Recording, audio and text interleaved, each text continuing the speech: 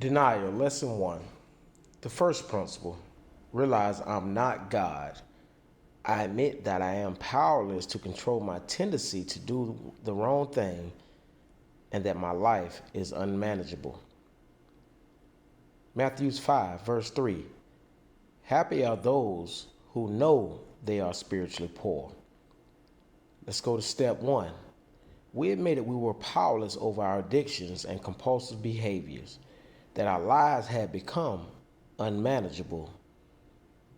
Romans 7, verse 18. I know that nothing good lives in me, that is, in my sinful nature, for I have the desire to do what is good, but I cannot carry it out. Think about this. Before we can take the first step of our recovery, we must first face and admit our denial. God tells us you can't heal the wound by saying it isn't there. Jeremiah 6:14. Let's spell out the acronyms of denial. Let's start with the letter D. The first one is disable our feelings. By repressing our feelings, we freeze our emotions. Understanding and feeling our feelings is freedom. 2 Peter chapter 2 verse 19. They promise the freedom while they themselves are slaves of destructive habits. For a man is a slave of anything that has conquered him. E in denial, energy lost. A side effect of our denial is anxiety. Anxiety causes us to waste precious energy running from our past and worrying about and dreading the future. It is only in the present, today, where positive can occur. Psalms 146, 7 and 8 reads, He frees the prisoners. He lifts the burdens from them bent down beneath their loads. And, in denial, negates growth. We are as sick as our secrets. We cannot grow in recovery until we are ready to step out of our denial and into truth. Psalms 107 reads 13 to 14. They cried to the Lord in their trouble, and he rescued them. He led them from the darkness and shadow of death and snapped their chains. I, in denial, isolates us from God.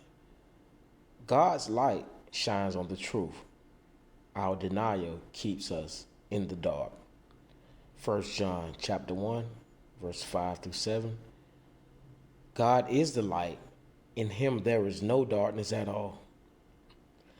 If we claim that we have fellowship with him yet walk in darkness, we lie and do not live by the truth. But if we walk in the light, as he is in the light, we have fellowship with one another, and the blood of Jesus, his Son, purifies us from all sin. A, in denial, alienates us from our relationships. Denial tells us we are getting away with it. We think no one knows, but they do. What is the answer? Ephesians 4:25 reads, Stop lying to each other. Tell the truth, for we are parts of each other, and when we lie to each other, we are hurting ourselves. L, in denial, lengthens the pain.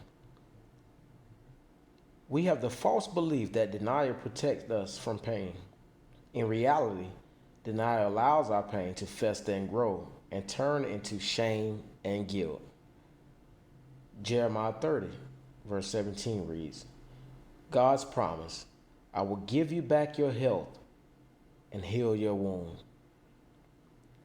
We have to accept the first principle of recovery. Step out of your denial. Step into your higher powers, Jesus Christ, unconditional love and grace. That is our lesson one on denial. Disable your feelings. Stop losing energy. Stop negating your growth. Stop letting denial isolate you from God.